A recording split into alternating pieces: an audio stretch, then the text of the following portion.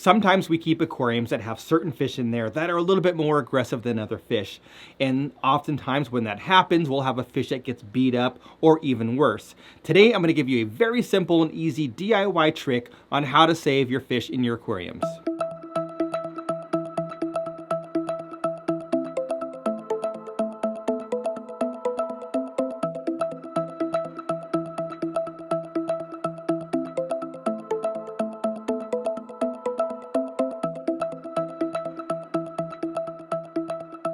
Hey fish friends, how's it going? Hope you're doing well. My name is Zenzo from Tazawa Tanks.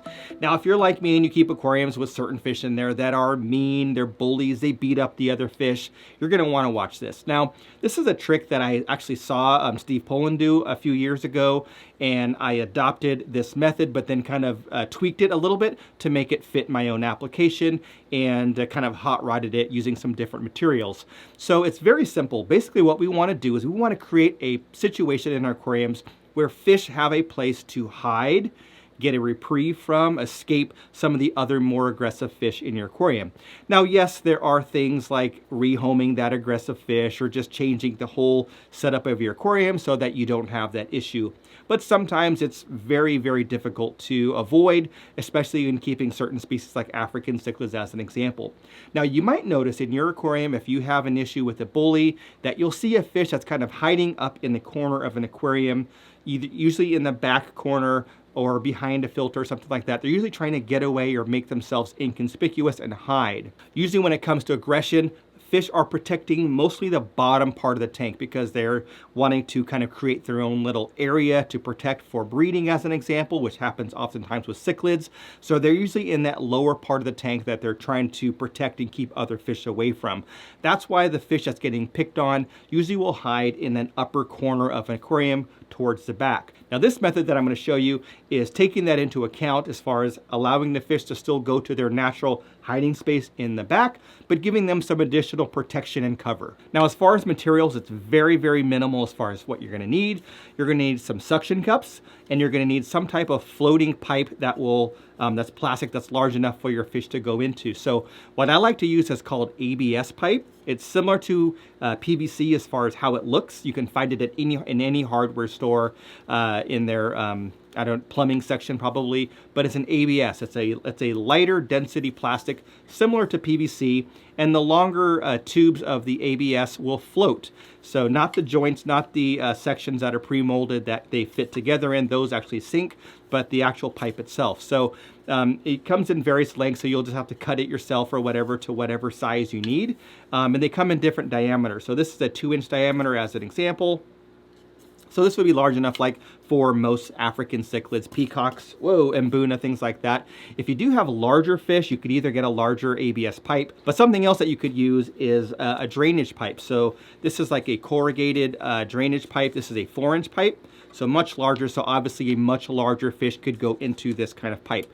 The good thing about both of these is that they float. So you don't want to use PVC because PVC will sink. PVC is good to use for hiding places for fish that stay down low, but in this situation where fish are trying to get away from another bully, they're going to go up high. So if you have hides on the bottom, it's not going to really work. You want to have something that's up top that will be able to create that hiding place for them. Now, as far as setting it up, all you're going to do is drill a hole in your ABS pipe and attach a suction cup in there. Now, I actually did this here, so I'll show you some B-roll of me making this. But what I did is I actually took my ABS pipe and kind of measured where the middle of that pipe is and drilled some holes in that ABS pipe.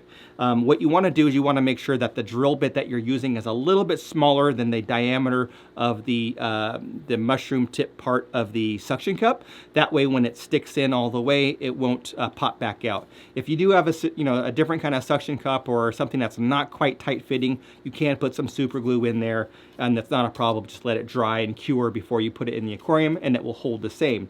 And the idea behind this is what we want to do is we want to create this hide and stick it to the back of the aquarium or on the side of the aquarium up at the top, so that the fish that are escaping will have some kind of hiding fish hotel basically for them to get away and hide in. Now normally what I'll do is I'll use like one section here. This section's probably about 8 or 9 inches long, 2 inches in diameter, and I've got these all over. You don't often see them because they hide very well, especially if you have like a black background. As an example, it will kind of blend right into the background of the aquarium, but I've got them in my Mbuna tank, I've had them in my Peacock tank, I've got them in Tanganyika tanks, and you don't see them on camera because they're pretty well hidden unless I'm trying to show it. So as far as aesthetics, you don't really have to worry about it being an eyesore. You can like put some floating plants in front of it or something like that, and it'll pretty much disappear. Now, as I shared, this is my single tube design. The reason why I like to use floating, and I should mention this, is that yes, we're using suction cups, but if you're using a PVC pipe that's heavier, you're putting a lot of strain on that suction cup, and it will most likely come detached and fall off.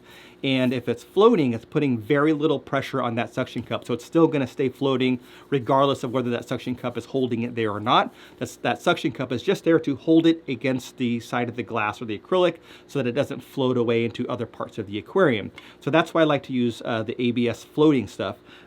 Additionally, sometimes you'll have a fish that knocks off a suction cup, like in this example. I just took this out of my Tanganyika tank where it kind of got bumped around and this suction cup happened to come off, but it pretty much still stays in the same place. It just kind of floats there and doesn't fall down onto the bottom of the aquarium. Now in this example, it looks like one of those, I don't know what they're called, you know, the little floaty thing that, anyway, this is one that is 3 of them affixed together, and what I used here is I glued them together using a PVC glue.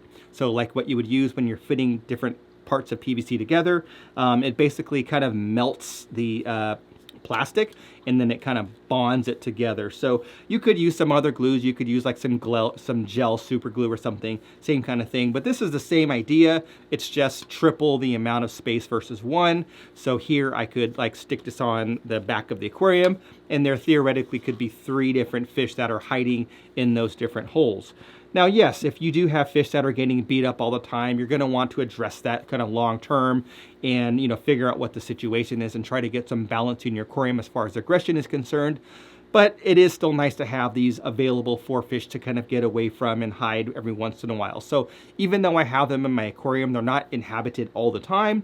It's just on occasion I'll come and I'll see kind of a fish taking a break, or maybe a female that's tired of getting chased around, kind of a thing. And it's just kind of a nice little temporary hotel for them to be in. And just like that ABS, same thing with this drainage tubing. It'll float as well, especially because it has corrugated like ribs in there, so you'll get little air pockets in there, and that will additionally help it float. And same thing, it'll also be a larger kind of hotel for some of your larger fish. Now, as far as suction cups, I would recommend getting something that's pretty robust so that these don't fall off very easily. And here I've got one of our Zis kind that we carry at Aquarium Co-op, which are like super hard to get off. I struggled to get this one off today. It took me a little bit of time. And then these are the suction cups that come like on like a heater holder, that kind of thing. But you can get different types of suction cups, obviously, just based on the size of tubing that you're going to be using. The only other thing that I would recommend is just make sure that you don't have any sharp edges on that pipe once you put it in the aquarium. So before you put it in the aquarium, I would recommend kind of going around, and if you cut this, you know, sand the edges to make kind of rounder, smooth edges. So you probably can't see on camera here, but all of these edges are rounded. So I, took some sandpaper to them and made them less sharp, so that if a fish, runs into it, bumps into it, scrapes against it, it's just kind of a blunt, rounded, soft surface versus something that's sharp or jagged from you cutting it. So that's it. Just a very simple, as I shared, little DIY thing that's very inexpensive. The ABS pipe is really cheap. So are the drainage pieces. Some of those come in certain length sections, so you need to get that much of it. And from there, you just get the right length, drill some holes in it. Pretty much everyone has a drill. You can borrow a drill, get some suction cups, and there you've got your own little hiding place for your fish that are needing a little break from getting beat up and picked on. Now, if you've tried this before, or if you've done something similar, I would love to read down below in the comments your success with something like this. Or if you've done something different that also achieves kind of that same idea, I would love to read those down below in the comments as well.